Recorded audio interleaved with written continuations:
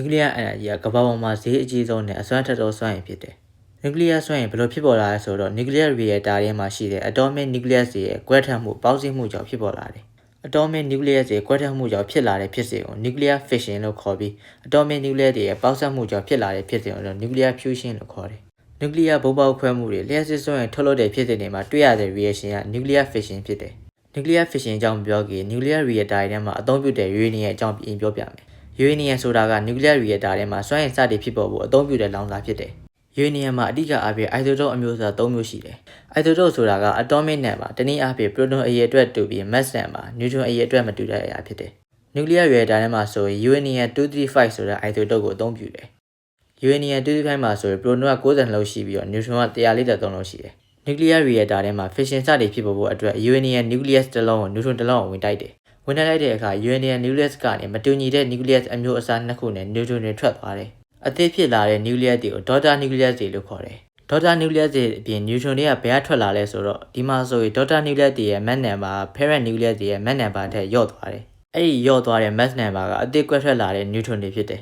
။ neutron တွေနဲ့ daughter nucleus တွေအပြင်စွမ်းအင်လည်းထွက်တယ်။စွမ်းအင်ဘယ်လိုဖြစ်ပေါ်လာလဲဆိုတော့ဒီမှာဆိုရင် daughter nucleus တွေက parent nucleus ကနေကွဲထွက်သွားတဲ့အတွက်သူတို့ရဲ့ mass က parent nucleus ထက်အနည်းငယ်လေးနည်းနေတယ်။အဲ့ဒီရောနှဲသွားတဲ့ mass ကို mass defect တနည်းအားဖြင့် lost mass လို့ခေါ်တယ်။အဲ့ဒီဆုံးရှုံးသွားတဲ့ mass သေးသေးလေးကပဲစွမ်းအင်အဖြစ်ပြောင်းလဲသွားတာဖြစ်တယ်။အားလုံးသိကြတဲ့ Einstein equation ဖြစ်တဲ့ E = mc² မှာဆိုရင် mass ကခုနဆုံးရှုံးသွားတဲ့ mass defect ဖြစ်တယ်။အဲ့ဒီဆုံးရှုံးသွားတဲ့ mass ပမာဏအရင်သေးလုံးတယ်။ဒါပေမဲ့အလင်းဖြစ်တဲ့ သွေးနူတန်းပေါင်အိမ်နှစ်ထပ်ကြောင့်ထွက်ပေါ်လာတဲ့စွမ်းအင်ကအရင်များနေတာပဲဖြစ်တယ်။အဲ့ဒီစွမ်းအင်က nucleus energy ဖြစ်တယ်။ဒီလိုမျိုး nucleus တွေကွဲထွက်တဲ့ဖြစ်စဉ်ကို fission လို့ခေါ်တယ်။ဒါပေမဲ့ဖြစ်စဉ်ကဒီမှာရက်နေတာမဟုတ်ဘူး။ခုနထွက်လာတဲ့ neutron တွေက uranium nucleus တွေကိုထပ်ပြီးဝင်တိုက်တယ်ပြီးတော့ neutron တွေထပ်ပြီးထွက်လာတယ်။ဒီလိုမျိုး neutron တွေကကွဲထက်လာ uranium nucleus တွေကိုဝင်တိုက်လိုက်တဲ့ reaction ကတဖြည်းဖြည်းကြီးလာတယ်။ဒီလိုမျိုးတစားပြီးတစားကြီးကြလာတဲ့ reaction ကို chain reaction လို့ခေါ်တယ်။ chain reaction ကထွက်ပေါ်လာတဲ့စွမ်းအင်အများစုကိုလျှက်စစ်စွမ်းအင်ထုတ်လုပ်ဖို့အသုံးပြုရတယ်။ဒီမှာမေးကြရှိတာက nuclear ဘုံပေါက်ကွဲမှုနဲ့လျှက်စစ်စွမ်းအင်ထုတ်လုပ်တဲ့ဟာဘာကွာလဲဆိုရင် nuclear ဘုံပေါက်ကွဲမှုမှာဆိုရင် neutron အရေအတွက်တွေကတစားပြီးတစားပို